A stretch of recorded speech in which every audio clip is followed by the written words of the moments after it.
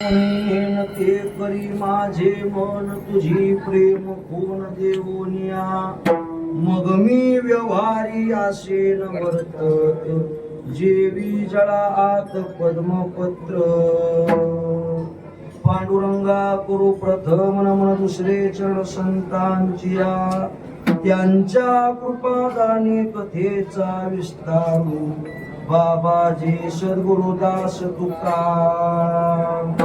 ओम नमो ज्ञानेश्वरा करुणाकरा दयाळा तुमचा अनुग्रह लादलो पावन झालो चराचरी नमो सद्गुरु तुकया ज्ञान दीपा नमो सद्गुरु सच्चिदानंद रूपा नमो सद्गुरु भक्त कल्याण मूर्ती नमो सद्गुरु भास्करा पूर्ण कीर्ती संपाद्य ज्ञानंच विधाय भक्तिं विलोकितो येन समाधिराज वैराग्यवन्तं सुविचारयुक्तं नमामि योगं शिरसागुरुतं यस्य स्मरणमात्रेण मन्दोऽपि विबुधायते सन्तं तं परमोदारं वन्दे वेङ्कटस्वामिनं माझ्या बोबडिया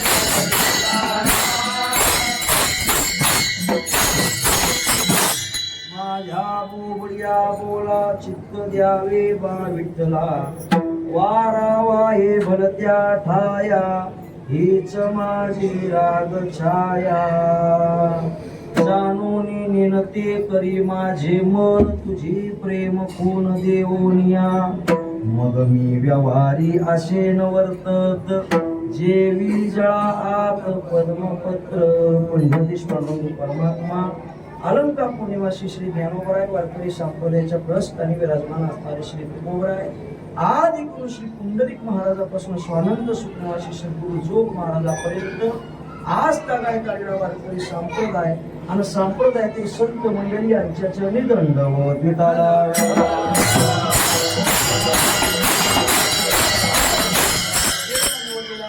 संत श्रेष्ठ श्री तुकाराम महाराज यांचा असून प्रस्तुत अभंगामध्ये संत श्रेष्ठ तुकाराम महाराज आणि परमात्म्याच्या आजच्या अभंगामध्ये गोड असा संवाद दिसतो.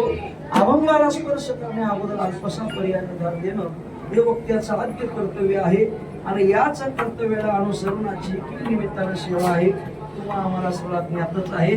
सालाबाद प्रमाणे याही वर्षी हा गणपतीचा उत्सव आणि या गणपती उत्सवामध्ये आपल्या संस्थेच्या वतीने सर्व नानांकडून माझ्या वाट्याला आलेली सेवा विठाला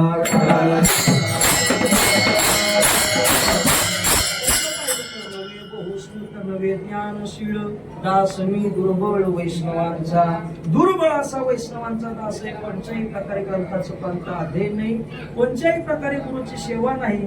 तसं पाहायला गेलं तर संस्थेविषयी विशेष सेवा नाही तरी सुद्धा आदरणीय नानांनी माझ्या वाट्याला सेवा दिली याचा अर्थ जोग महाराजांनी दखल घेतली विठाला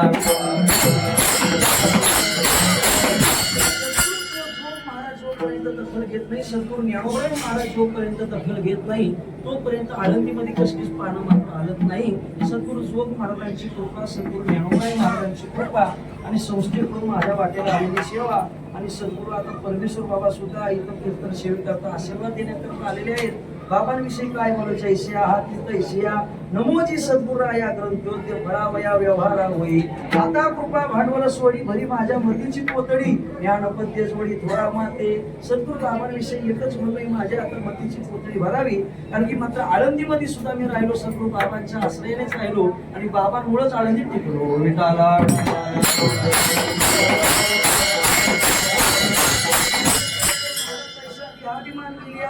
स्वभावी धनंजया तसं पाहिलं तर मात्र कोणत्याही कीर्तनाला येण्याची जरूरत नाही नामस्मरण करण्याची जरूरत नाही पण मात्र झाला देव भक्तू भावाचे झाला पण तू होणी ठेवला एका विश्वाची झाली तर आवासवा पाय शिवयात्रा होत नाही शिवा गेली आई नो हे की जाणे अहो शिवाच्या यात्रेला गेले काही ना नाही गेले काय पाप पुण्य संभवत नाही विठाला विठाला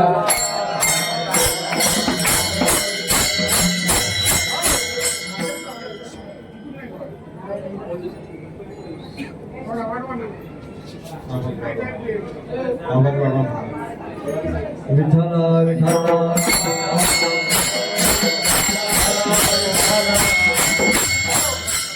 बाबा सुद्धा आशीर्वाद देण्याकरता आहेत याचप्रमाणे सर्वच गुरुबंधू मंडळी उत्तम असणारी विनोदी उत्तम असणारी भगवान लागत सर्वच गायक मंडळी किंवा ते माझे सोये सज्जन सांगाती पाया ठेविते विठोबाचे परमात्म्याची ध्यान धारणा करणारे सर्वच ज्ञानोबरायचे उपासक जोग महाराजांचे उपासक सर्वांच्या चरणी दंडवत करतो आणि अल्पशा वेळेत पदापदाचं चिंतन करण्याकरता प्रवृत्त होतो विठाला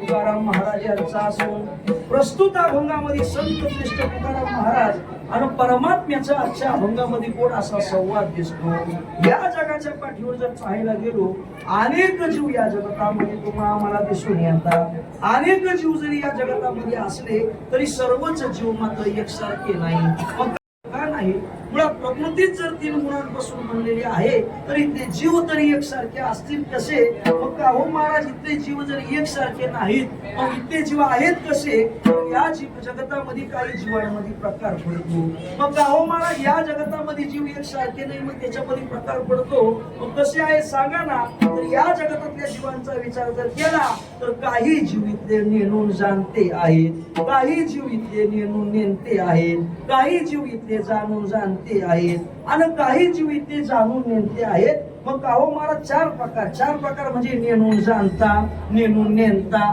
जाणून जाणता आणि मात्र जाणून नेणता 4 प्रकार आहेत मग काहो महाराज हे 4 प्रकार मात्र सविस्तर याचा प्रपंच मांडला तर आम्हाला समजून जाईल मग काहो महाराज हे नेणून जाणता कोणाला म्हणायचं भगवान परमात्मा अर्जुनाला युद्ध करण्याकरता प्रवृत्त करायचे भगवान परमात्मा सांगायचे अरे अर्जुना युद्ध करण्याकरता प्रवृत्त हो पण भगवान परमात्म्याला अर्जुन विशेष मात्र शिकवायचा देवा अरे त्यांच्याशी युद्ध करणं म्हणजे माता पितरे आरची जाती सर्वस्वेत्व सुपावी जाती ती पाठी केली मध्ये जाती आपुले हाती अरे देवा अरे त्यांच्याशी युद्ध करणं म्हणजे आई वडिलांच्या आयुष्यभर सेवा करणं आणि शेवटच्या काळामध्ये त्यांच्या म्हणजे पाठीमध्ये खंजीर खुपसण्यासारखं आहे आणि त्याच्याकरता तुम्ही मला प्रवृत्त करता नवे नवे हे देवा हे युद्ध करण्याकरता सांगता हे झुंज नवे प्रमादू हे प्रवर्तन या दिसत असे बाजू हा उघडलिंग भेदू वडवला साता अरे देवा अरे त्यांच्याशी युद्ध करणं म्हणजे एखाद्या शंकर परमात्म्याच्या लिंगावर घनाचा घाव घालण्यासारखा आहे अरे देवा त्यांच्याशी युद्ध करणं म्हणजे एखाद्या विष्णू परमात्म्याच्या मूर्तीवर घनाचा घाव घालण्यासारखा आहे आणि तुम्ही युद्ध करण्याकरता आम्हाला प्रवृत्त करता भगवान परमात्म्यानं ओळखलं किंवा अशा प्रकारची नीती मला शिकवतो याचा अर्थ एकच याला मोहाना हा ग्रासलेला आहे कशाप्रमाणे देखात येत फाल्गुनू घेतला असे भ्रांती कवळणू कैसा घनपटली भानू आचार्यजी ज्याप्रमाणे सूर्याची प्रखरता विशेष असते पण एवढा प्रखर असलेला सूर्य सुद्धा ढगांनी जसा झाकला जातो तसा मात्र सूर्यासारखा प्रखर असलेला अर्जुन मोहरूपी ढगांनी मात्र झाकलेला आहे त्याच्यामुळे भगवान परमात्म्याला म्हणतो किंवा तयापरी धनुर्धरू कालाचे दुःख जर्जरू जैसा ग्रीष्मकाळी गिरीवरून मात्र महाराज म्हणतात ज्याप्रमाणे उन्हाळ्याचा ऋतू असावा आणि त्या उन्हाळ्याच्या ऋतूमध्ये ज्याप्रमाणे एखाद्या डोंगराला जर आग लागली तर बघता बघता बघता पूर्ण डोंगर जसा आच्छादला जातो तर बघता बघता माझा अर्जुन मोहानगर असलेला आहे एखाद्या अग्नी डोंगराला लागावी त्याप्रमाणे किंवा एखाद्या मात्र सूर्याला मात्र त्या ढगांनी झाकावं त्याप्रमाणे मोहानिगर असलेला आहे पण भगवान परमात्मा तरी सांगायचे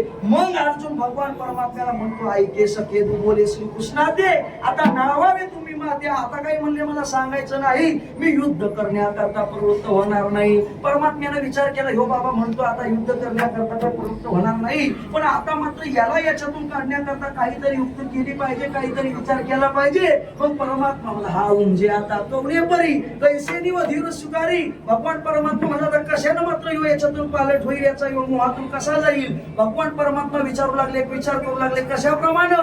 तर हा ते पंचाक्षरी अनुमानिका, ज्याप्रमाणे एखादा पंचाक्षरी ब्राह्मण जो असतो एखादी पत्रिका काढण्याकरता जसं पोटं मोजतो, विचार करतो, तर परमात्मा आता या अर्जुनाची पत्रिका काढण्याकरता आता पोटं मोजू लागला. परमात्मा आता विचार करू लागला की असाध्य कुणी व्याधी अमृतासमधी औषधी. ज्याप्रमाणे एखाद्याला असाध्य व्याधी जडावी आणि मग लक्षात घ्या, तो ब्राह्मण वैद्याकडे गेल्यानंतर तो वैद्य सुधी निर्वची निदानाची तो निदान पाहतो. काय निदान पाहतो, याला मात्र याच्यातून बाहेर कसं काढावं. तसाच मात्र परमात्मा वैद्यरूपी परमात्मा अर्जुनाचा मोहरूपी रोग घालवण्याकरता आता विचार करू लागले. पण परमात्म्याने विचार केला अर्जुन काही आता आपला ऐकताना दिसत नाही, मग आता अर्जुनाला थोडं फटकारलं पाहिजे. मग त्यानं हे मनामध्ये धरून, आमचे बाबा नेहमी म्हणतात ते कारण मनी धरले. मग लक्षात घ्या, ते कारण त्या भगवान परमात्म्यानं मनामध्ये धरलं आणि मग आता बोलायला असं सुरुवात केलं. पण मात्र त्या बोलण्याचा मागचा हेतू एकच होता, अर्जुनाचा मोह जावं. ज्याप्रमाणे आई साहेब असतात तेव्हा हे मेल्या मरण म्हणले, मग तिला वाटतं मारावं, तिला वाटत नाही आपलं पोरग मारावं, तिला वाटतंय मातेच्या कोपी धोकीने स्नेह अति ज्ञानदेव म्हणतात. अहो ज्याप्रमाणे आई असते का नाही, तिला वाटतं आपल्या पोराचं चांगलं सावलीत राहावं, म्हणून ती रागाने बोलते. तसं अनुरायचं बोलणं, भगवान परमात्म्याचं बोलणं आहे अर्जुनाचा मोह जाण्याकरता. किंवा ज्याप्रमाणे एखाद्या औषधाची कडवटपणी तिचे अमृताची करून ज्ञानोबाई म्हटलं औषध कडू असतं पण मात्र गुण असतं, तसं अर्जुनातला मात्र भगवान परमात्मा बोलतात हे कडू आहे पण त्याच्या हिताकरता आहे, ते मोह काढण्याकरता आहे. पण एवढं बोलून सुद्धा अर्जुन मात्र त्याच्यातून बाहेर पडत नाही. भगवान परमात्मा आता सिद्धांताकडे येतात, अरे अर्जुना तू स्वतःला शहाणा समजतो, स्वतःला तू मात्र चांगला समजतो, पण आता ऐक बरं का, तू म्हणले स्वतःला मात्र जरी जाणता तरी म्हणविशी परिणे नैवेद्येन संदेशी. अरे स्वतःला जाणता म्हणतो पण तुझ्यातला नेमतेपणा कुठे गेला, यालाच म्हणतात नेणून जाणतेपणा. विठाला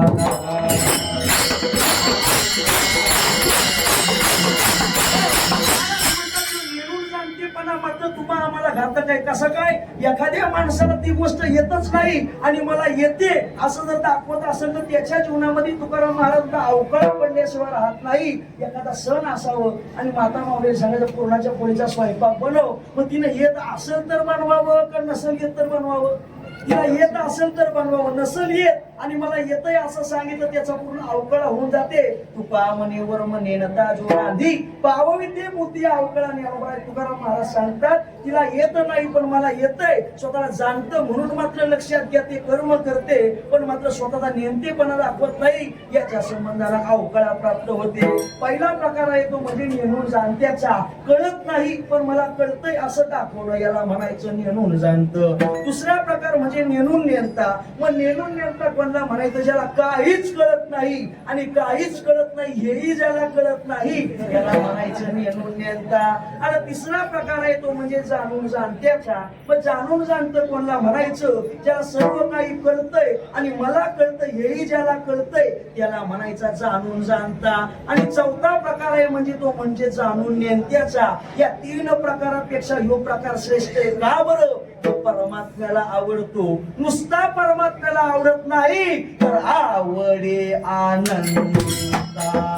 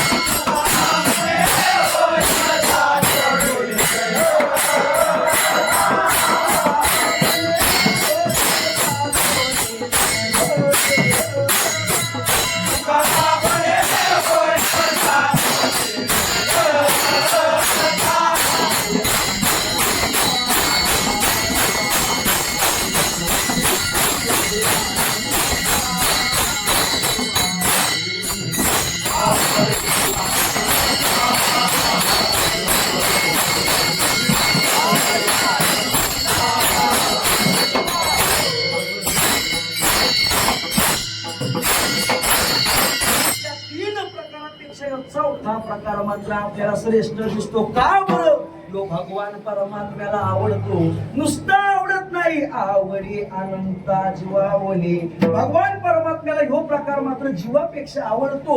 म्हणून कदाचित तुकाराम महाराज म्हणत असतील, मला आपण जाणून नेंत करा. मग गाव महाराज जे जाणून नेंत करा म्हणतात का? परमात्म्याला ह्यो प्रकार आवडतो. कारण की काय होतं, आदरी आवडी तुळशी मुका, देवाला तुळशी मुका आवडतो म्हणून संत त्याला धारण करतात. आवडी देवाची त्या अभंगामध्ये पाहून घ्या, आषाढीची वारी, कार्तिकीची वारी, अमकं तमकं हे सर्व आवडतं म्हणून संत आमची त्याला धारण करतात. कदाचित देवाला जाणून नेंतेपणा आवडतो म्हणून महाराजही म्हणत असतील, मला जाणून नेंत करा. पण का हो महाराज, जाणून नेंत करा असं तुकाराम महाराज म्हणतात, पण यो जाणतेपणा म्हणजे काय, यो नेंतेपणा म्हणजे काय, किंवा हे जाणतेपणा कशाला म्हणायचं? तुकाराम महाराज म्हणतात जाणून जाणतं करा. मग का हो जाणतं कशाला म्हणतात तुम्ही? आम्ही जाणतं कशाला म्हणतो? सांसारिक माणसाला जर विचारलं का हो जाणता कशाला, हे आमची दोन पोरं हे जरा जाणतंय बरं का, हो का, हे काय नाही म्हणलं, घरामध्ये चांगलं लक्ष देतंय, गाई गुराला पाणी देतंय, घरात आमकं करतंय तमकं करतंय म्हणून हे जाणतं. हे येडे, हे काय झालं म्हणले, नाही हरिपणाला जातो म्हणले, हरिपणाला जातो म्हणून ते येड, ते नेमतं. आणि घरात गाई गुराला पाणी देतो म्हणून त्याला जाणतं म्हणतात. मग का हो महाराज, जाणतं कशाला म्हणायचं? संसारिकाच्या दृष्टीनं जीव प्रपंचाचा ज्ञाता, परी परमात्मने तत्वता, या लागी भोगी भोविता, कर्मफळे खाता अति बघू माझे अनुभव म्हणतात. अरे जीव प्रपंचाचा ज्ञाता, मग जो प्रपंचाचा ज्ञाता आहे त्याला संसारातली लोक काय म्हणतात? जाणता म्हणतात. पण परमार्थातली लोक मात्र जाणता त्याला म्हणत नाही. मग परमार्थाच्या दृष्टीने जाणता कोण? मग ज्ञानाची वेळे झाकती जाणीवेचे डोळे. ज्ञानोबराय सांगतात हे जगत मिथ्या आहे आणि ब्रह्मच सत्य आहे आणि ते ब्रह्म मी आहे, अशा बोधावर ज्याचे डोळे झाकतात त्याला मात्र जाणता म्हणायचा. विठाला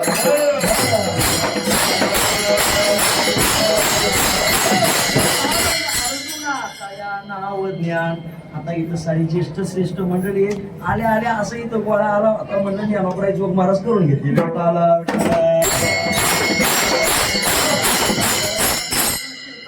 आपल्या संस्थेचे विद्यार्थी आता सुटलो मागच्या सालाला, त्याच्यामुळे पण काय कीर्तन करायचं जसं असेल तसं समजून घ्या. विठाला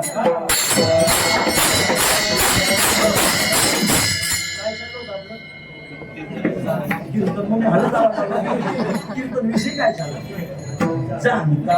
मग संसारिकाच्या दृष्टीने जाणता कोणाला म्हणायचं? तर ज्याला प्रपंचाचं ज्ञान आहे त्याला संसारिक माणसं जाणता म्हणतात. पण मात्र लक्षात घ्या, संत मात्र जाणता त्याला म्हणत नाही. मग जाणता कोणाला म्हणतात? तर मात्र हे जगत मिथ्या आहे आणि ब्रह्मच सत्य आहे, ते ब्रह्म मी आहे अशी जाणीव ज्याला आहे त्याला जाणता म्हणा. अर्जुना काय नाव ज्ञान. मग गावा अजून जाणता कशाला? तरी परमात्मा ऐसे जे एक वस्तू असे, परमात्मा जगतामध्ये करतो मान्यता करून त्याच्या सत्तेनं सारं चालतंय अशा बोधाला जो पावता झालाय त्याला जाणतं म्हणायचं. मग गाव महाराज स्वर्गाला जायचं ज्ञानाला नाही जाणतं म्हणायचं का? महाराज येते एक वाचून आणायची भव स्वर्गादी ज्ञाने अज्ञान ऐसा म्हणे निश्चय केला. अहो स्वर्गाला जायचं, ब्रह्मलोकाला जायच्या ज्ञानाला सुद्धा आमचे संत जाणते म्हणत नाही. मग त्यांच्या दृष्टीने जाणतेपणा कशाला? मी ब्रह्म आहे, जगत मिथ्या आहे अशा बोधाला पावते आहे त्याला जाणतं म्हणायचं. बरं ठीक आहे महाराज, जाणतेपणा याला म्हणायचा. पण तुकाराम महाराज जाणतेपणा का मागतात? त्याच्यानं फायदा काय? विठाला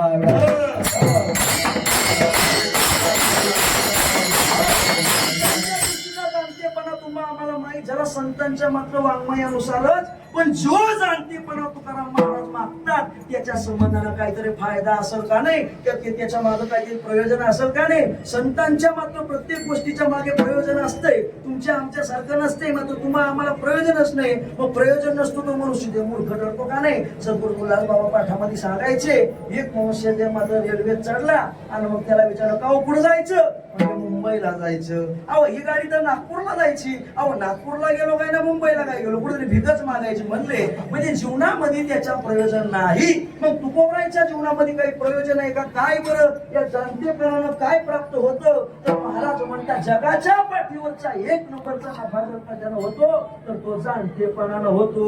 मग महाराज काय होतो जाणतेपणा? आता साऱ्याला प्रश्न विचारतो, प्रश्न विचारावा एवढा काही मोठा नाही. पण लक्षात घ्या, तुमचा आमचा परमार्थ मोक्षाला पावत होण्याकरता आहे का तुमचा आमचा परमार्थ तुमचं आमचं पतन होण्याकरता आहे? तुमचा आमचा परमार्थ मोक्षाला जाण्याकरता आहे. पण मोक्षाला जाण्याकरता एकच मार्ग आहे का अनेक मार्ग आहे? मोक्षाला जाण्याकरता योग मार्ग, कर्म मार्ग, ज्ञान मार्ग, अनेक मार्ग आहेत. मग अनेक मार्ग जसे मोक्षाला जाण्याकरता आहेत तसेच महाराज एखाद्या गावाला जायचं असेल तर एकच मार्ग असतो का अनेक मार्ग असतात? गावाला जाण्याकरता अनेक मार्ग, मोक्षाला पावत होण्याकरता अनेक मार्ग. मग समजा साध घेऊ आपण, गावाला जायचं असेल तर मग एखादा लय कठीण हार्ड रस्ता आहे त्याच्यानं तुम्ही आम्ही जातो का एखाद्या चांगल्या महामार्गाने जातो? एखाद्या चांगल्या महामार्गाने जातो. मग समजा गावाला जर जायचं तर चांगला महामार्गाने जातो आणि मोक्षाला जायचं असेल तर मात्र कठीण मार्गाने जातो का साध्या मार्गाने जातो? तुम्हाला आम्हाला साधाच मार्ग अवलंबन करावा लागेल. मग साधा मार्ग म्हणजे काय आहे किंवा मोक्षाला जाण्याचा राजमार्ग म्हणजे जाणतेपणा. विठाला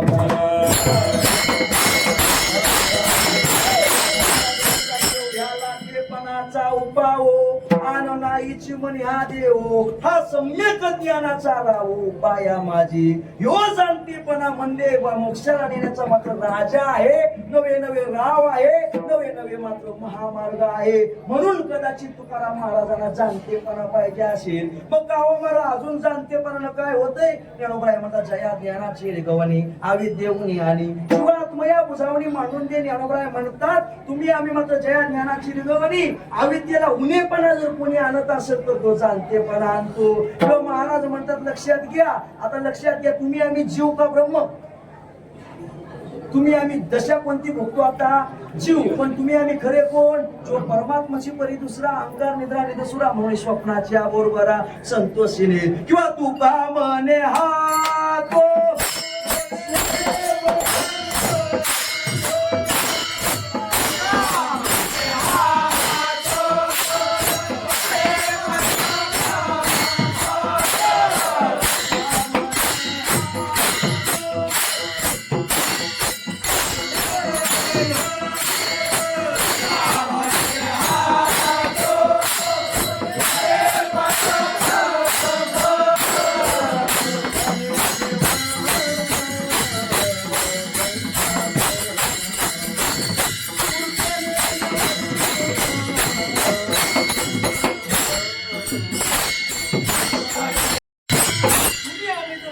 तर देवाची बरे, देवाची बरे. तुमचं आमचं स्वरूप तुम्ही आम्ही परब्रह्म स्वरूप आहेत, पण भोगतो जीवपणा. मग तुम्ही आम्ही ब्रह्मस्वरूप आहेत ही जर ओळख जर कोण करून देत असेल तर तो जाणतेपणा करून देतो. जया ज्ञानाची रिगवणी अविद्येऊने जीवा आत्मया बुजावणी मांडून दे. जे इंद्रियाची दारी आडी प्रवृत्तीचे पाय मोडी दैन्याची फेडी माणसाचे. तुमची आमची इंद्रियाची दारे आड जर कोणी करत असेल तर जाणतेपणा करतो. आणि तसं पाहिलं गेलं तर तुम्ही आम्ही आहोत सुखरूप, पण तुम्ही आम्ही भोगतो काय? दुःख. पण तुम्हीच सुखरूप आहे अशी जाणीव जर कोणी करून देत असेल तर तो जाणतेपणा तुम्हा आम्हाला जाणीव करून देतो. नवे नवे द्वैताचा दुकाळूप आहे साम्याचे सोयान होय. जया ज्ञानाची सोय ऐसे करी ज्ञानदेव म्हणतात. आणि तुम्ही आम्ही परमार्थ जरी करलो तरी तुमच्या आमच्या जीवनामध्ये भेदयुक्त बुद्धी आहे. मग तो एकमेव अद्वितीय ब्रह्म, तो परमात्मा एकच आहे, तो एकच सर्वीकडे व्यापक आहे, तो एकच सर्वीकडे नटलेला आहे. अशा बोधाला मात्र जर कोण करून देत असेल तर तो जाणतेपणा तुम्हा आम्हाला करून देतो. किंवा संसारात येऊन मणी संकल्प पंखू पाखाळे. तुम्ही आम्ही मात्र या जगतामध्ये राहत असताना तो संसार आहे, तो संसार आहे, मात्र जगत मिथ्या नाही, ते जगत सत्यच आहे अशा भावनाने तुम्ही आम्ही राहतो. पण संसारात ते उन्मळी संकल्प पंखू पाखाळी तो मात्र जगत मिथ्या आहे अशी भावना जर कोणी करून देत असेल तो जाणतेपणा करतो. किंवा जाणतेपणा अजून काय काय करतो? डंबाचा ठावचे कुशी महामोहा ते ग्रासी. श्री तुकाराम महाराज सुद्धा म्हणतात तुम्ही आम्ही भक्ती करतो पण बऱ्यापैकी भक्तीमध्ये तुमच्या आमच्या दंभ दिसतो. मला वाटतंय चांगल्या माळा घालावं म्हणजे मला कोणतरी चांगला महाराज म्हणेल. मी चांगला गंध लावला, चांगला फेटा घातला म्हणजे मला दंभच जास्त दिसून येतो, परमार्थ कमी असतो. कसं आहे परमार्थ? मग लक्षात घ्या, मग परमार्थ कमी आणि दंभ जास्त. मग तो दंभाचा जर ठाव जर कोणी पुशीत असेल, आपली दाखवणे मी असा ही दाखवणे जर भूमिका कोणी काढत असेल तर तो कोण काढतो? जाणतेपणा काढतो. किंवा ज्ञानाचे उजाळे उघडते बुद्धीचे डोळे जीव तोंडावरील लोळे आनंदाचे ऐसे जे ज्ञान पवित्र की निधान ज्ञानदेवाने याच्या संबंधाने भरपूर चर्चा केली. ज्ञानोबराय म्हणजे अशाला म्हणतात ज्ञान, अशाला म्हणतात जाणतेपणा. या जाणतेपणाच्या संबंधाने या गोष्टी आता ध्यान देऊन ऐका बरं का. महाराजांना कितवा प्रकार मागितला? चौथा प्रकार विशेष. का विशेष? तो कोणाला आवडतो? देवाला आवडतो म्हणून तो विशेष आहे. देवाला आवडतो म्हणून कदाचित तुकाराम महाराज म्हणत असेल मला जाणून नेमकं करा. करा. पण जाणतेपणा म्हणजे काय? तुमच्या आमच्या दृष्टीनं प्रपंचाचं ज्ञान आहे त्याला जाणतं म्हणायचं, आणि संतांच्या दृष्टीनं जाणतं कोणाला म्हणायचं? ज्याला मात्र मी ब्रह्म आहे अशा बोधाला पावत झाले त्याला काय म्हणायचं? जाणतं म्हणायचं. पण या जाणतेपणानं फायदा काय होतो? मोक्षाला नेणारा राजमार्ग म्हणजे कोणचा आहे? जाणतेपणा आहे. अविद्येला उणेपणा कोण आणतो? जाणतेपणा आणतो. इंद्रियाची दारं कोण आळ करतो? जाणतेपणा करतो. तूच ब्रह्म आहे असं कोण दाखवून देतो? जाणतेपणा करतो. नवे नवे महाराज तुमच्या आमच्या जीवनामध्ये महाराज अविद्या बाजूला कोण करतंय? तुमच्या आमच्या जीवनातलं मात्र तुम्ही आम्ही सुखरूप असताना दुःख भोगतो, पण तुम्हीच सुखरूप आहेत असं कोण जर दाखवतो तर याला म्हणायचा जाणतेपणा. मग आता ध्यान देऊन ऐका बरं का, जाणतेपणानं हे प्राप्त होतं म्हणून कदाचित तुकाराम महाराज म्हणत असतील मला जाणत करा. तो मोक्षाला नेणारा राजमार्ग आहे म्हणून तुकाराम महाराज कदाचित म्हणत असतील मला जाणत करा. तो प्रकार देवाला आवडतो म्हणून तुकाराम महाराज म्हणत असतील कदाचित जाणता मला करा. पण जाणत्यावर तुकाराम महाराज थांबले नाही. पुढे काय म्हणतात? मला जाणून काय करा? नेंत करा. मग गावो महाराज जाणत्यावर थांबले नाही, मला म्हणतात नेंत करा, जाणून नेंत करा. आता लक्षात घ्या, शाळेमध्ये गेला, चांगल्या प्रकारचा शिक्षित झाला, चांगल्या प्रकारचं लिहिता येतं वाचता येतं, आणि लिहिता वाचता यायला लागल्यानंतर म्हणतो मला अडाणी करा. माझं बोलणं कळलं? शाळेत गेला, चांगलं लिहिता वाचता येतं, सर्व काही व्यवस्थित आहे, आणि मग मात्र लिहिता वाचता येणं चांगला मात्र शिक्षित झाला, आणि मग शाळेतल्या मास्तरांना म्हणतो मला आता अडाणी करा. जमत? मग सामान्य ज्ञान आल्यानंतर जर नेमतेपणा येत नाही तर प्रमाणजन्य ज्ञान जाणतेपणा आल्यावर त्याचा विसर कसा होईल? विठाला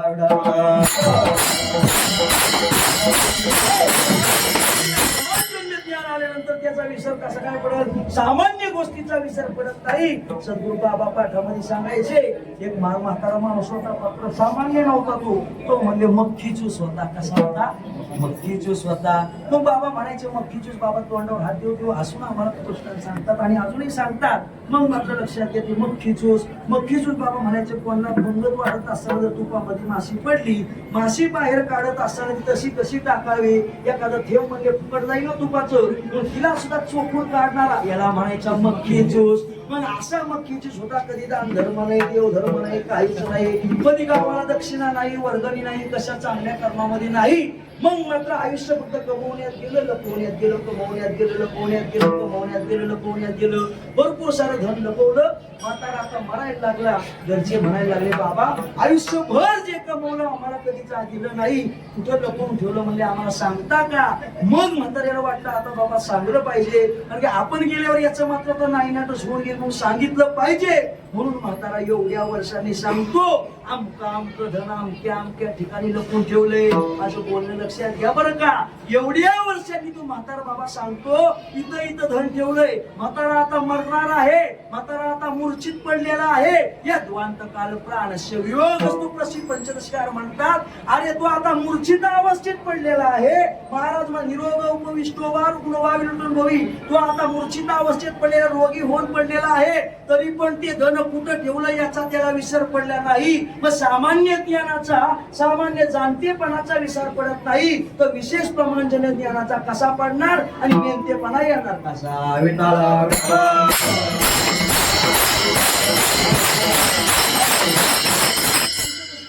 सांगितलं. एखादा ब्राह्मण गो असतो, मग त्या ब्राह्मण गोवाच्या बर का 4 वेद 6 शास्त्र आणि 19 पुराण 18 पुराण. मग 18 पुराण 4 वेद 6 शास्त्र त्याच्या मुखोद्गत आहे. मग मात्र लक्षात घ्या ते मुखोद्गत असलेलं जे शास्त्र आहे, ज्ञान आहे, ते जागृतीमध्ये त्याचा काय पडतो? विसर. जागृती. माझं बोलणं लक्षात येते का? कॅसेट बदलायची ऐका. मग जाणता ब्राह्मण आहे, 4 वेद 6 शास्त्र 18 पुराण मुखोद्गत आहेत. मग ते ज्ञान त्याला जागृतीत आहे का? नाही आहे. आणि मग मात्र सुषुप्तीत नाही. मग सुषुप्तीत तो ब्राह्मण बुवा मात्र ज्ञान विसरतो. मग जागृत झाल्यावर परत जसंच्या तसं जागृती अवस्थेत परत जसंच्या तसं ज्ञान येतं. मग या ज्ञानाचा जर विसर पडत नाही तर तू गोबरायचा जाणतेपणाचा विसर कसा पडणार आणि तुकाराम महाराजांना नेमतेपणा येणार कसा?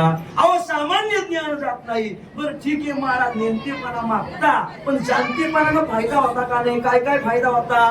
जाणतेपणा मोक्षाला नेणारा कोणता मार्ग आहे? राजमार्ग आहे. अविद्येला तो मुनेपणा आणतो. महाराज इंद्रियाची मात्र दारी आड करतो. तुम्हीच ब्रह्म आहे याची जाणीव करून देतो. तुम्हीच आनंद स्वरूप आहे याची जाणीव करून देतो. तुम्ही आम्ही मला दुःख रूप नाही याची जाणीव करून देतो. एवढा फायदा जाणतेपणामध्ये आहे. पण जो नेमतेपणा आहे त्याच्यात फायदा तर पाहिजे ना. फायदा तर नाहीच पण तुम्हीच म्हणता पाये गुंत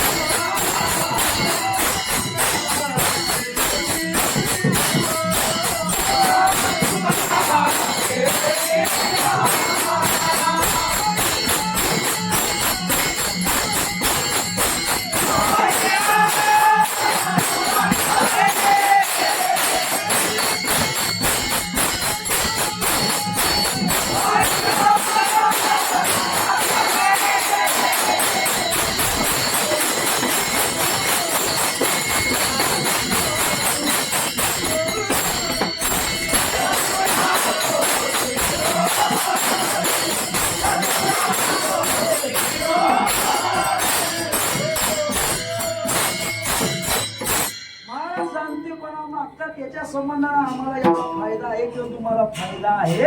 मग जाणतेपणानं फायदा आहे पण नेमतेपणा मागतात त्याचा काय फायदा आहे? तुम्ही सांगता पाये गुंतलो नेनता माझ्या सो तो माझेंद्रा.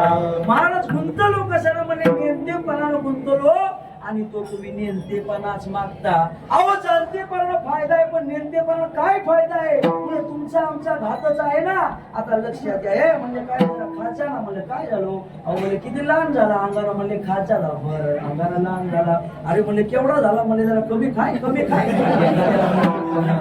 एखाद्याला म्हणतो अरे किती कमी जास्त खाताय की? म्हणले अरे म्हणले केवढा? म्हणले बरा दिसतो तो. वा छान दिसतो. म्हणले तू जरा फेरायला लाव की? म्हणले बरं का महाराज एकाला म्हणतो तो काळा झाला, एकाला म्हणतो तू गोरा आहे, एकाला म्हणतो अंगाला लहान झाला, एकाला म्हणतो अंगाला मात्र तू जाड झाला. मग आता लक्षात घ्या ह्यो जाडपणा, ह्यो काळेपणा, ह्यो गोरेपणा, ह्यो लहानपणा, ह्यो देहाला आहे का आत्म्याला आहे?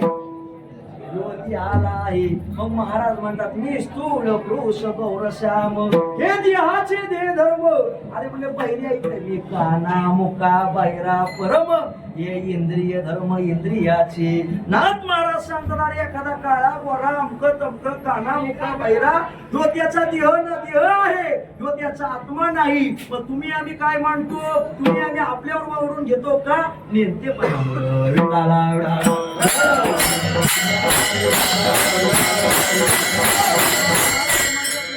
सत्वगुणाची जागृती, रजोगुणाची स्वप्न सुषुप्ती, तमोगुणाची जाटे सुषुप्ती जाण इंद्रिय देह योगी. किंवा महाराज म्हणतात लक्षात घ्या सुधा तुषादी अनुकम. एखाद्याला तहान लागली, एखाद्याला भूक लागली, एखादा काम कोरम कदमक, हे इंद्रियाचं आहे, हे मात्र देहाचं आहे, आत्म्याचं नाही. पण तुम्ही आम्ही मात्र आत्म्यावर वरून घ्यायला लागलो. हे कशामुळे? हे नेमतेपणामुळं. मग आता ध्यान देऊन ऐका बरं का. जाणतेपणाला काय काय फायदा होतो तुम्ही आम्ही पाहिला. जाणतेपणाला फायदा होतो म्हणून मला जाणते करा कदाचित म्हणत असतील, पण नेमतेपणाचा घातच आहे ना. हे नसलं अंगावर वरून घेता येतं का नाही? किंवा महाराज म्हणतात याशी होता जन्म. महाराज म्हणतात एखादा जन्माला आला तर म्हणतो जन्माला आला, जन्माला आनंद करतो. याशी येता मरण, मी मेलो तो आपण. याशी जन्म होता जाण जन्मले पण स्वयमानी. अरे मेला म्हणून मी आम्हाला एखादा गेला तर म्हणतो हा मी आला, ह्याचा देह गेलेला आहे, त्याचा मात्र आत्मा अमर आहे. एखादा मात्र आला, मला तो देह आलेला आहे, आत्मा मात्र अमरच आहे, तो येत नाही आणि तो जात नाही. मग लक्षात घ्या हे कशानं व्हायला लागलं? हे नेमतेपणानं व्हायला लागलं. अहो जाणतेपणानं फायदा आहे आम्हाला कळालं, पण नेमतेपणानं फायदा नसताना तुम्ही जाणून नेमता असं का म्हणता? महाराज नेमतेपणा म्हणतील नाही तर काय करतील? त्या नेमते प्रमाणच जाणतेपणा पण घातक. विठाला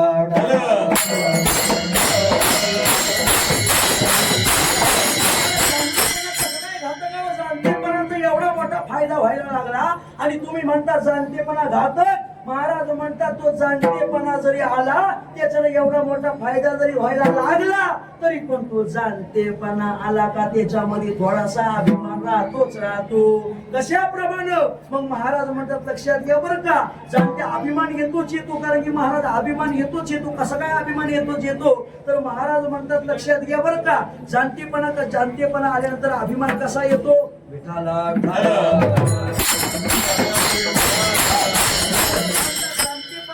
अभिमान कसा येतो? ज्याप्रमाणे नेमतेपणा घातक का, त्याप्रमाणे जाणतेपणा घातक. कशा काही लक्षात घ्या बरं का. अभिमान त्याच्यामध्ये कसा येतो? महाराज म्हणतात लक्षात घ्या. समजा जर आंबा पाळाला लागला म्हणजे आंबा कसा लागतो? गोड लागतो आंबा.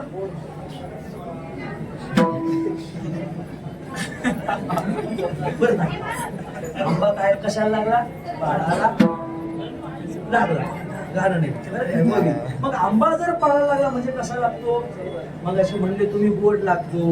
पण ज्ञानोबा म्हटलं आंबा जरी पाळायला लागला तरी पण मात्र त्याच्यामध्ये आंबटपणा शिल्लक राहतो. आंबया पाडू लागला जाण अंगी असे आंबलं पण शेजे मुरलिया मगन गोन चापटा ग्रान चवी सांगे. ज्ञानोबा म्हणतात अरे आंबा पाडायला लागला म्हणजे आंबटपणा जात नाही, तर जाणतेपणा आला म्हणजे अहंकार जातोच असं नाही. विठाला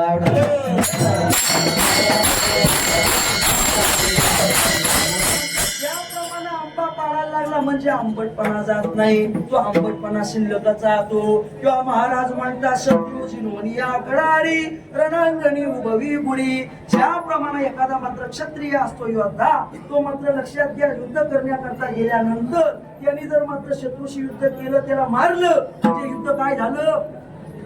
पूर्ण झालं. मग महाराज म्हणतात पूर्ण झालं नाही. जोपर्यंत त्याच्या अंगावर म्हणले ती लक्ताने माखलेली वस्त्र आहेत, जोपर्यंत त्याच्या अंगावर म्हणलेली चिलखत आहे, जोपर्यंत त्याच्याकडे ते ढाल म्हणले तलवार आहे, तोपर्यंत युद्ध जिंकल्यासारखं होत नाही. महाराज म्हणतात शत्रूची नोनिया कडारी रणांगणी उभवी गुडी शस्त्रे शिकव जेवढं भेडकव गाडीनं विश्रांती पाविजे. मग लक्षात घ्या युद्ध जिंकला म्हणजे युद्ध पूर्ण झालं नाही. आंबा पाडायला लागला म्हणजे तो पिकला नाही. किंवा महाराज त्याच्याही पुढे जाऊन सांगतात ज्याप्रमाणे अनुबाई जाऊन सांगतात की माता माऊली असते का नाही, ती माता पावली मात्र गरोदर राहते. मग गरोदर आल्यानंतर ती प्रसूत होते. मग प्रसूत झालं म्हणजे ज्ञानोबराय म्हणत तिला काय होतो? आनंद होतो. पण ज्ञानोबराय म्हणत एवढा आनंद होत नाही. केवढा? तिला बारशाला जेवढा आनंद होतो तेवढा तिला जन्माल्यानंतर आनंद होत नाही. ज्ञानोबराय म्हणतात लक्षात घ्या बरं का. महाराज म्हणतात की ज्याप्रमाणे एखादी गर्भवती प्रसूत होय, पुत्र जन्मी सुखावली ठाय जे बारावळी जिला आहे भोगुला आहे पुत्र सुखा तिला खरं सुख कधी असतं महाराज ते बारशाला होतंय म्हणजे पुत्र जन्म झाला तिचा म्हणजे त्याच्यामध्ये थोडस तिला दुःख असते आंबा पाडायला लागला म्हणजे आंबटपणा थोडासा असतो महाराज म्हणतात तो जिंकला महाराज म्हणतात लक्षात घ्या शत्रूला मारलं म्हणजे थोडस मात्र त्याच्यामध्ये मात्र लक्षात घ्या जोपर्यंत ते वस्त्र आहे जोपर्यंत ते शस्त्र आहेत तोपर्यंत जिंकत नाही किंवा त्याच्याही पुढे जाऊन सांगतात एखादा माणूस मरू नये पण काय झाला मी आला तुम्हाला अर्ध कीर्तन पाठायचे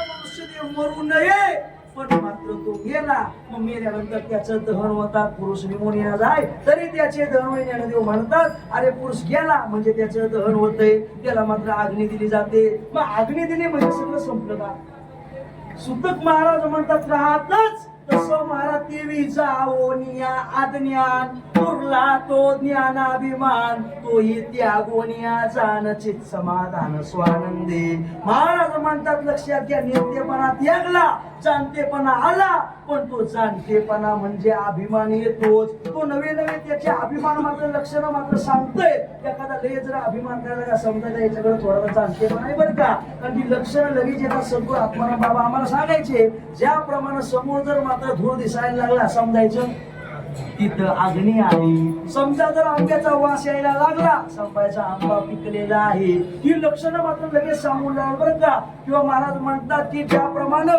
वसंताचा आला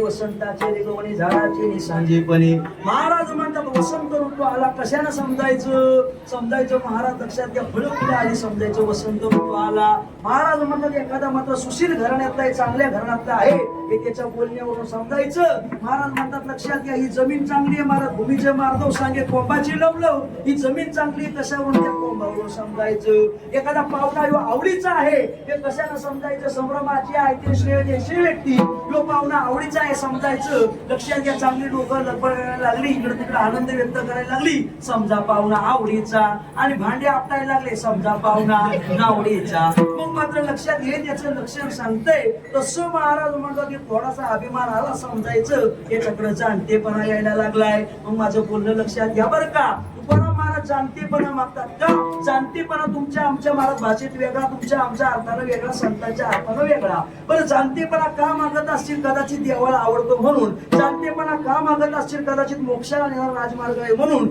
जाणतेपणा का मागत असतील त्याच्या संबंधाने आपण ओव्या पाहिल्या एवढा फायदा आहे पण नेमकेपणा काय फायदा आहे काहीच फायदा नाही तुम्ही आम्ही गुंततो कशामुळे नेमकेपणामुळं तुम्हाला आम्हाला नसल्या गोष्टी भोगाव्या लागतात कशामुळं नेमकेपणामुळं मग नेमकेपणा का मागतात तर विषय असा झाला नेमकेपणा मागतील नाही तर काय होतील का बरं कारण की जाणते महाराज नेमकेपणा जसा घातक आहे तसा महाराज जाणतेपणा पण घातक आहे कसं काय घातक महाराज सांगा ना महाराज म्हणा थोडासा अभिमान आला का तो जाणतेपणा पण घातक होतो माझे ज्ञानोबाई काय काय नाही सांगत महाराज लक्षात घ्या प्रत्येक गोष्टीला ज्ञानोबाईची उभी नाही असं नाही ज्ञानोबाई म्हणतात ऐका इकडं म्हणले खैराचा सूड मांडला आणि इकडं म्हणले चंदनाचा कोणता बारी हो हा चंदनाचा बारी म्हणजे बोलणं ऐका इकडं कोणता सूड ठेवला खैराचा आणि इकडं कोणता ठेवला चंदनाचा मग भारी कोणताच नाही भारी का बरं अरे तू अघानं मारायचंच ना खैराचा सूळ तर तोता मारील मग चंदनाचा काय अनकरी ज्ञानदेव म्हणतात अरे खैराचा सूळ मारते ना चंदनाचं काय जागवतंय काय किंवा तेही जाऊ द्या ज्ञानोबाई मात्र दृष्टांताची कमीच नाही ज्ञानोबाईकडे महाराज कधी कधी आळंदीला गावाकडची माणसाले म्हणतात महाराज आम्ही अमक्या दुकानापुढे आलो कोणत्या गोष्टींचं पुस्तक घेऊ अरे आळंदीत येऊन गोष्टीची पुस्तकं घेणं म्हणजे ज्ञानेश्वरीचा अपमान करणे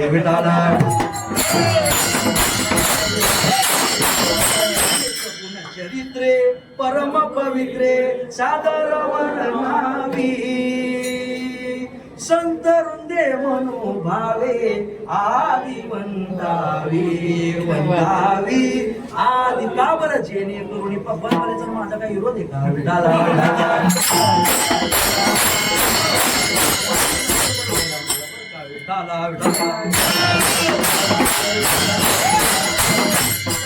लक्षात घ्या, ज्याप्रमाणे जाणतेपणा घात त्याचप्रमाणे नेमतेपणा घात. कशावरून? ज्याप्रमाणे चंदनाचा मात्र सूळ मारतो त्याचप्रमाणे म्हणजे खैराचाही मारतो. एका गावच्या माणसाने करू नये ते कृत्य केलं. काय केलं? म्हणजे चोरी केली. पण चोरी केल्यानंतर मग मात्र लक्षात घ्या, पोलीस गावामध्ये आले आणि मग मात्र लोखंडाच्या बेड्या त्याच्या हातामध्ये घातले. अहो म्हणले साहेब काय झालं? म्हणले मला लोखंडाच्या बेड्या नको. मग कोणत्या पाहिजेत? म्हणले सोन्याच्या. कोणत्या पाहिजेत? मग सोन्याच्या चांगल्या बेड्या का लोखंडाच्या? महाराज म्हणतात कोणत्याच नाही चांगल्या. का बरं? महाराज म्हणतात लोखंडाची बेडी तोडी आवडी सोनियाची जडी. महाराज मला चालतात ते तैशी आणि बाधा रोकडी जैशी तैशी. अरे लोखंडाची बेडी चालताना त्रास देते आणि काय सोन्याची काय तुला उचलून घेते काय? म्हणजे काहीच नाही, दोन्ही तेवढीच मात्र त्रासदायक आहे. लक्षात घ्या, जेवढा जाणतेपणा घात अभिमान येतो. महाराज म्हणतात अभिमान आल्यावर काय होतो? महाराज म्हणतात अभिमान म्हणजे सोपा नाही. बुद्धी अहंकार माळवता सुद्धा करी शबळ त्याने ध्येय योग्य भरल्यावर करी तत्काळ विपरीत.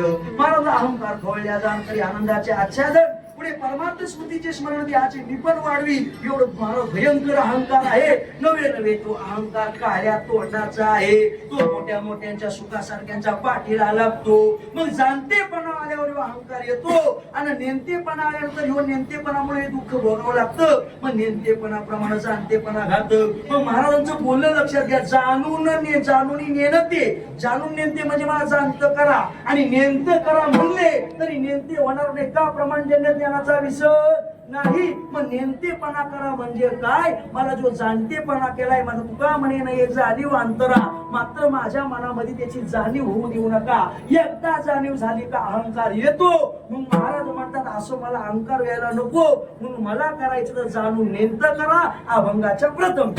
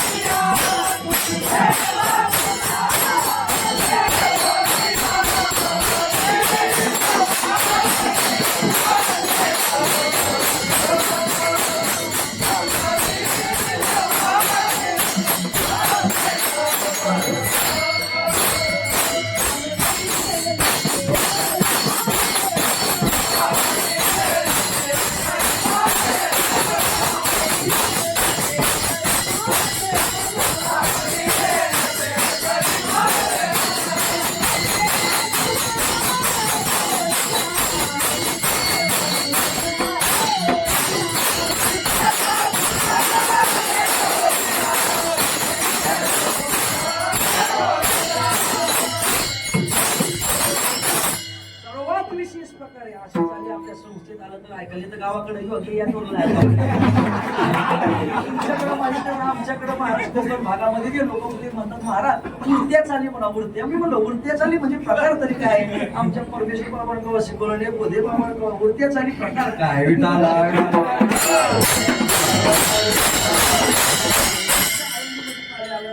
आणि आम्ही महाराज आल्यापासून आळंदीत आल्यापासून सद्गुरू बाबाच्या सानिध्यामध्ये राहण्याचा योग आला. त्याच्यामुळे मात्र कधी कीर्तनाला गेलो आणि कीर्तनाला सेवेला गेलं तर मग महाराज बाबाचा शब्द कीर्तन चालीमध्ये संकर होता कामा नाही. आणि संकर झालेली बोरं जशी पानशेट तशा मात्र संकर झालेल्या चाली पण पानशेट. विठाला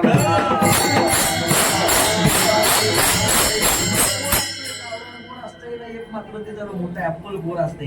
ऍपल गोड अंगाने जरा जाडजूड असते आणि गावाकडचं जे गावरान गोड असतं ते पातळ असते. मला अंगानं लहान असते पण अंगानं लहान जरी असतं तरी चटकदार आणि गोडवा लागतो. आणि मग ते शहरामध्ये लक्षात घ्या ऍपल गोड अंगानं मोठं दिसते पण पानचट लागते. तसं हे बाकीच्या मात्र संकर झालेल्या चाली आहेत ना दिसत असतील चांगले पण पानचट आहेत. या परंपरेनं आलेल्या चाली प्रसाद देतात.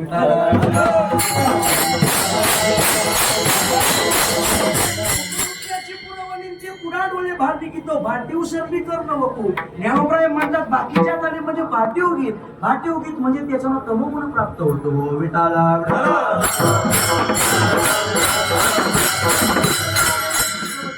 जेवढं मात्र सात्विकता आहे ना तेवढं इथं मात्र सात्विकता दिसत नाही. आनंद आद्वय नित्य निरामय बाबाच्या चाली तुम्ही येत नाही. तुम्ही मात्र आवाज येत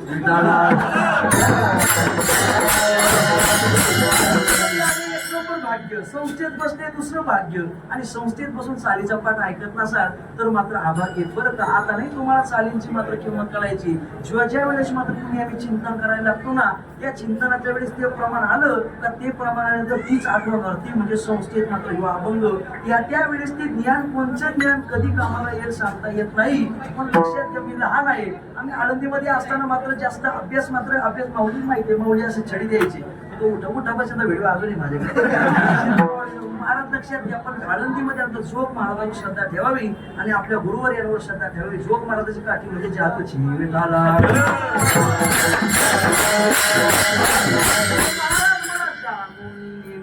करे माझे मन. गावामध्ये जाणून येतपणे कशानं लगेच पर्याय सांगतात. तुझे प्रेम कोण देवनिया. मग प्रेम कुणीनं होतं का म्हणजे होतं. मग तुमच्या आमच्याकडे प्रेम आहे ना देवाचेच प्रेम खूप का पाहिजे. महाराज म्हणत प्रेम नाही असा माणूस नाही. मग लक्षात घ्या सारीकडे प्रेम आहेच ना महाराज. प्रेम नाही असा माणूस सापडत नाही. एखादं लहान पोरगं शाळेतून आलं आई पुढे गेली आई पुढे गेली आई पुढे गेली आई पुढे गेली का त्याचे प्रेम कोणावर आईवर महाराज पहिली जशी आई बागी चिल्लीशी.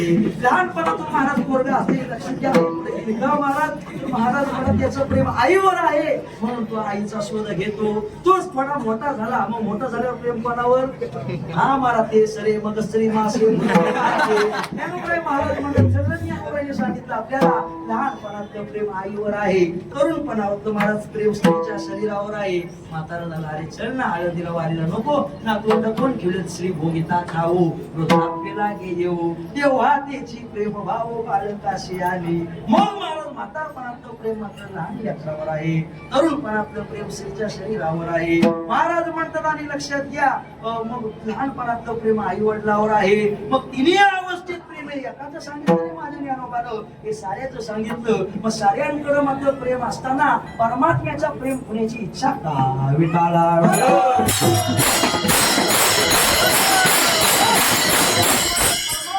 प्रेम होण्याची इच्छा का तुमचं आमचं प्रेम मात्र दुःख देणार आहे. साधारण लक्षात घ्या प्रेम धरलं दुःख येतच ना महाराज. गावातून आणता येता जाऊ नये गेली चालली काहो महाराज येते गाव माणसं गेली आणि म्हणजे काहो का रडता तुम्ही. अहो म्हणजे आमचे यांचे चांगले संबंध होते प्रेमाचे म्हणून मात्र आम्ही रडतो. तोच माणूस एका घरामध्ये गेला काहो सारं गाव रडते तुम्ही आमचा त्यांचा काही संबंध नाही. आमचा त्यांचे कसे संबंध आहेत प्रेमाचे रडतात आणि आमचे त्यांचे काही संबंध नाही. चांगले मात्र दोन टाइम जेवतात. मग प्रेम धरलं संसारिक का दुःखाला कारणीभूत आहे. म्हणून महाराजला देवता वृक्षाशी संबंध आणि महाराज म्हणतात लक्षात घ्या सावरी सरिसेचे असे असुरे नेणे स्त्रीचे जैसे लोलुप्य नाही. स्त्रीवर लोलुप्य नाही ते संसारात स्त्रीचं प्रेम नाही परमार्थातलंच प्रेम आहे. आणि परमार्थाच्याच प्रेमाने होऊ शकतं का. द्वारकेचा राहणा पांडवा घरी प्रेमाच्या संबंधानं होतंय तर हे का होणार नाही. तर ठीक आहे असं असं केलं, आता लई टाइम होत चालला का, लई ओढून धरून चला पुढे महाराज. मग लक्षात घ्या, मग असं केलं तर काय होईल, तुम्ही जर असं केलं तर मी व्यवहारामध्ये अशा प्रकारचं वर्तन करील अभंगाच्या द्वितीयच्या. मग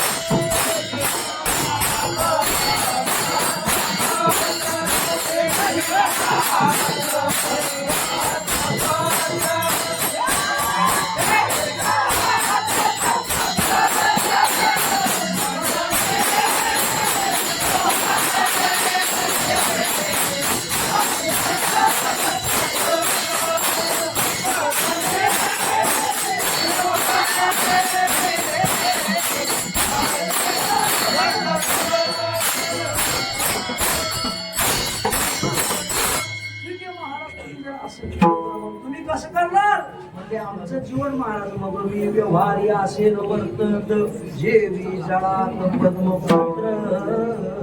महाराज म्हणतात आमचं वर्तन कसं, त्या व्यवहारामध्ये राहून महाराज आम्ही कसं राहू.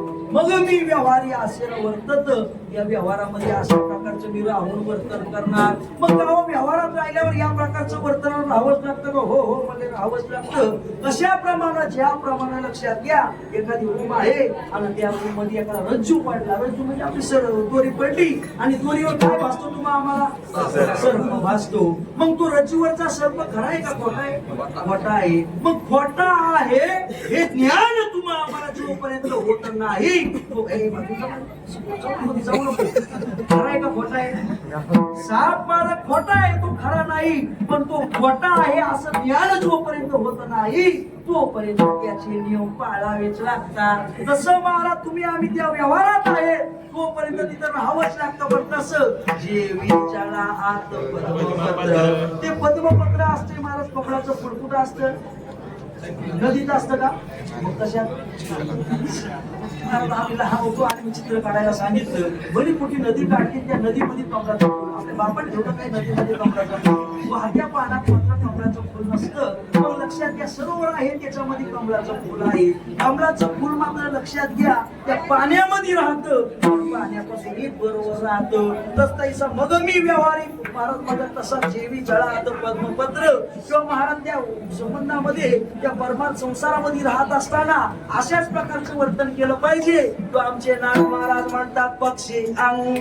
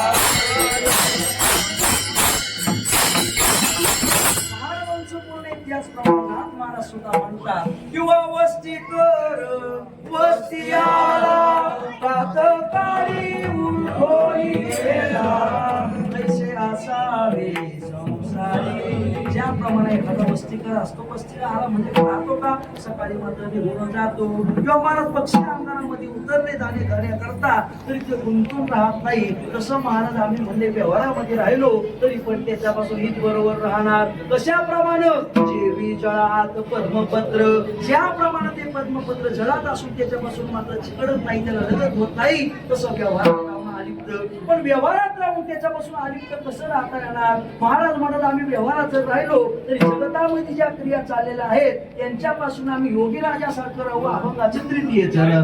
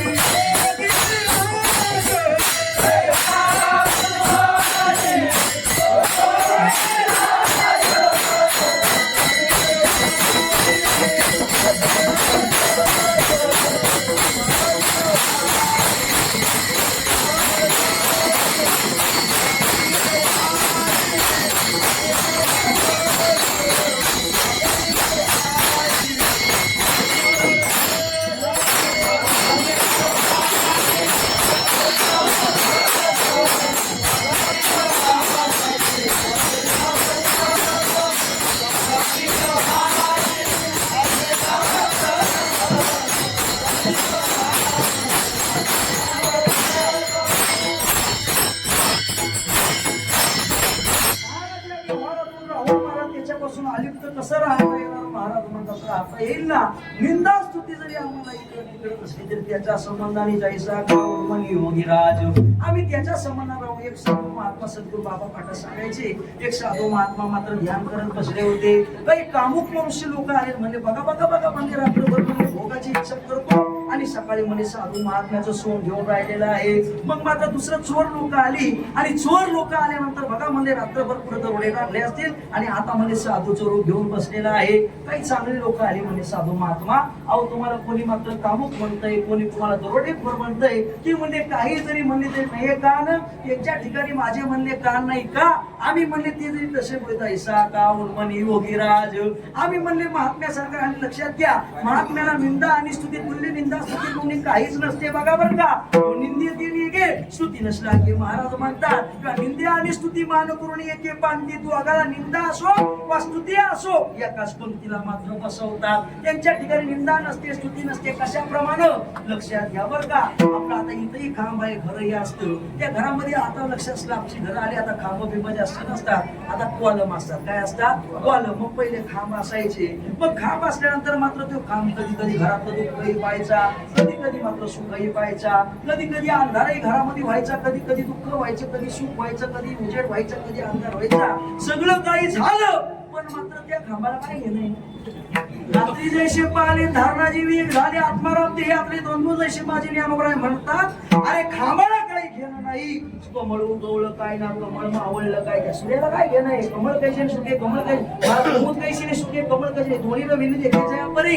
थंडी काय पडली ना महाराज, पाऊस काय पडला, विजा काय, आकाशाला काय घेणं आहे. तसं महाराज म्हणतात त्या साधू महात्म्याला काहीच नाही. महाराज म्हणतात एखादा माणूस झोपला, त्याच्या अंगावर उर्वशी आणून टाकली काय आणि त्याच्या अंगावर साप आणून टाकला काय, त्याला काय ती स्वरूपस्था सरिशी देही दोन तीन यावर म्हणतात. त्याची स्वरूपस्था तशी आहे तर त्याला मात्र सापातही फरक पडत नाही आणि उर्वशीतही फरक पडत नाही. किंवा महाराज सेना सोनिया विशेष नाही, रत्नागुंड या काही नेली जे वेद काय ज्ञानोबाईने सांगितलं. त्या ज्ञानोबाई म्हणतात घरा येऊ पा स्वर्ग वरी पडो वाघ. अहो घरा स्वर्ग काय आलं आणि वाघ काय आला यांना मात्र कशाचं घेणं नाही. किंवा ब्रह्मा म्हणून स्तविजे का नीच म्हणून निंदिजे. जो ब्रह्मा आहे म्हणून स्तवन करा, नीच आहे म्हणून निंदा करा. निंदा नाही आणि स्तुती नाही, त्यांच्या जीवनामध्ये ते संभवतच नाही. मग व्यवहारात राहताना ती निंदा स्तुती जरी असली तरी जैसा का उन्मनी योगीराज, त्या योगीराजाप्रमाणे किंवा महाराज अजून संसारामध्ये या जगतामध्ये राहताना त्यांचं वर्तन कसं असतं. अभंगाच्या मात्र तृतीयचा देखोनी ना देखे